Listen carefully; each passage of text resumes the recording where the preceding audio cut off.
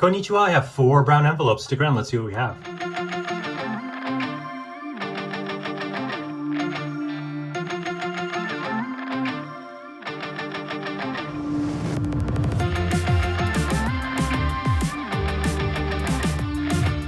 Hey everybody, thanks for tuning in. Well, it is evident that I am not opening up envelopes fast enough. I'm collecting them faster than I can open them. So this one a week thing's not gonna work quite well. So I'm gonna open 4 of them today. I have absolutely no idea what we have here. As many of you know, I collect envelopes. I'll throw them in a bag, throw them in a box, and then pull them out over the months. So I often forget what I even have. Oh yeah, so just random, nice. So I collect these Myojo Mecha cards. Now these are really rare. There's 10 or 12 different series. Each series has 30 cards. This one's World Jet series, and these A7, looks like here A7 aircraft. So even picking these up and trying to complete these sets, almost impossible. Now the Star Wars one's the most famous one of this Myojo Mecha. So if you get those, you definitely know what I'm talking about. But then they made these like 9 or 10 other series: motorbikes, classic cars, sports cars, trains, and then they did this plane series. They even did space series, but this plane series is pretty hard to find. And then so you can see, I think, an A7 Crusader for there. So there you go, a little bit cool. I'll put that there. Just again, random stuff that I end up opening up. All right, this one's pretty big and flat. Let's see what I have. I know many of you are wondering when I'm going to cut open actually one of these cards one of these days in the envelope, but so far I've been pretty lucky, have not sliced anything open. Well, so now I am looking at another envelope in here, and so I think I can cut the end off of this. So something big and flat. I have no idea what I would have picked up. Obviously at the time, really good, and I'm sure as soon as I open it up, it'll be pretty awesome. All right, so that looks like back. Oh, yes. Look at this. All right, so these are some vintage pro wrestling Lucha Libre cards. So let me slice this back open. So these,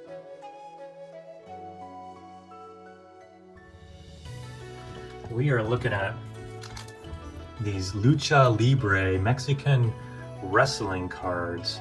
So you can see, and try not to get the reflection there. There are 16 on this sheet.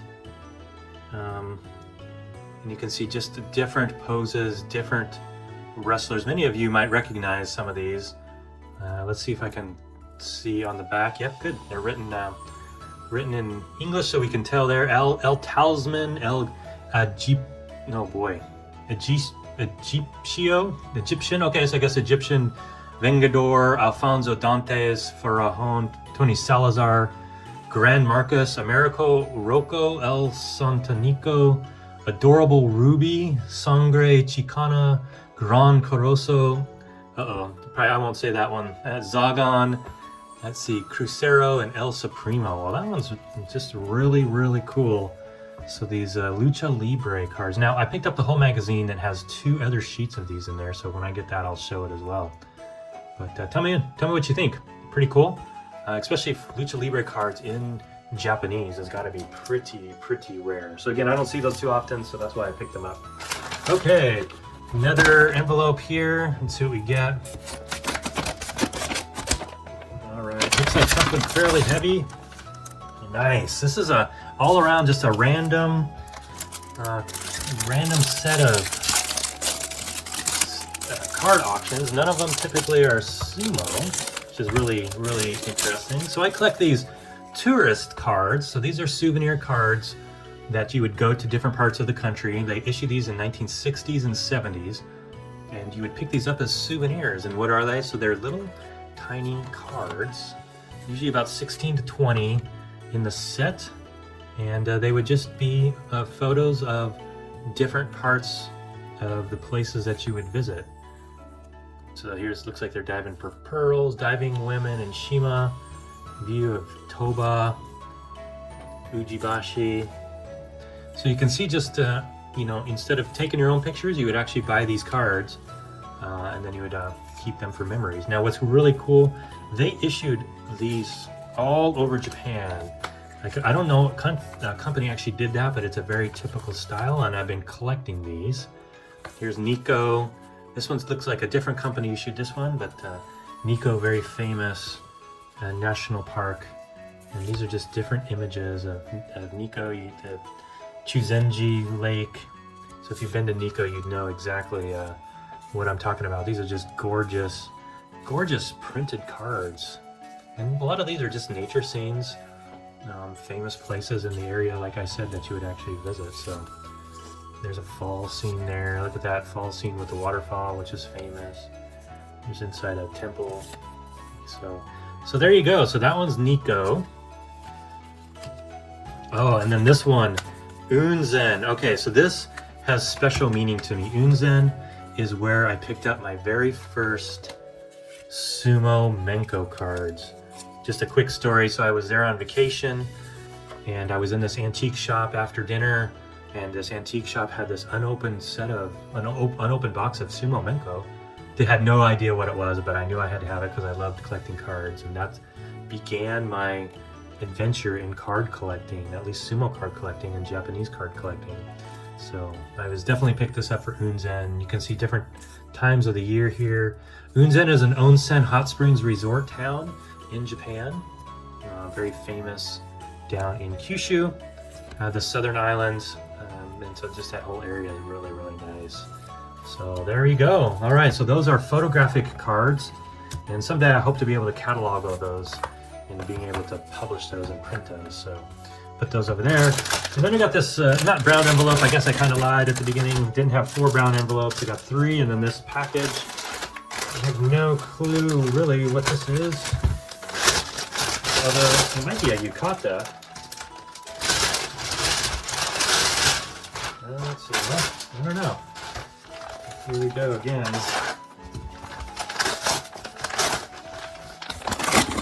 Wow. Okay, so definitely not a yukata. What do we? Oh yes, I know what this is. So we have absolutely 0 sumo cards here in this auction opening. This one is super cool. Many of you will recognize this right away. Okay, let me. Yes. Okay. So for you baseball fans, you'll recognize this pretty quickly.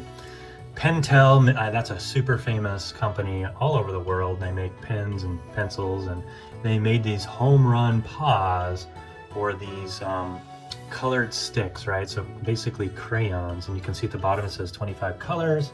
Penteru home run paws at the bottom in Japanese.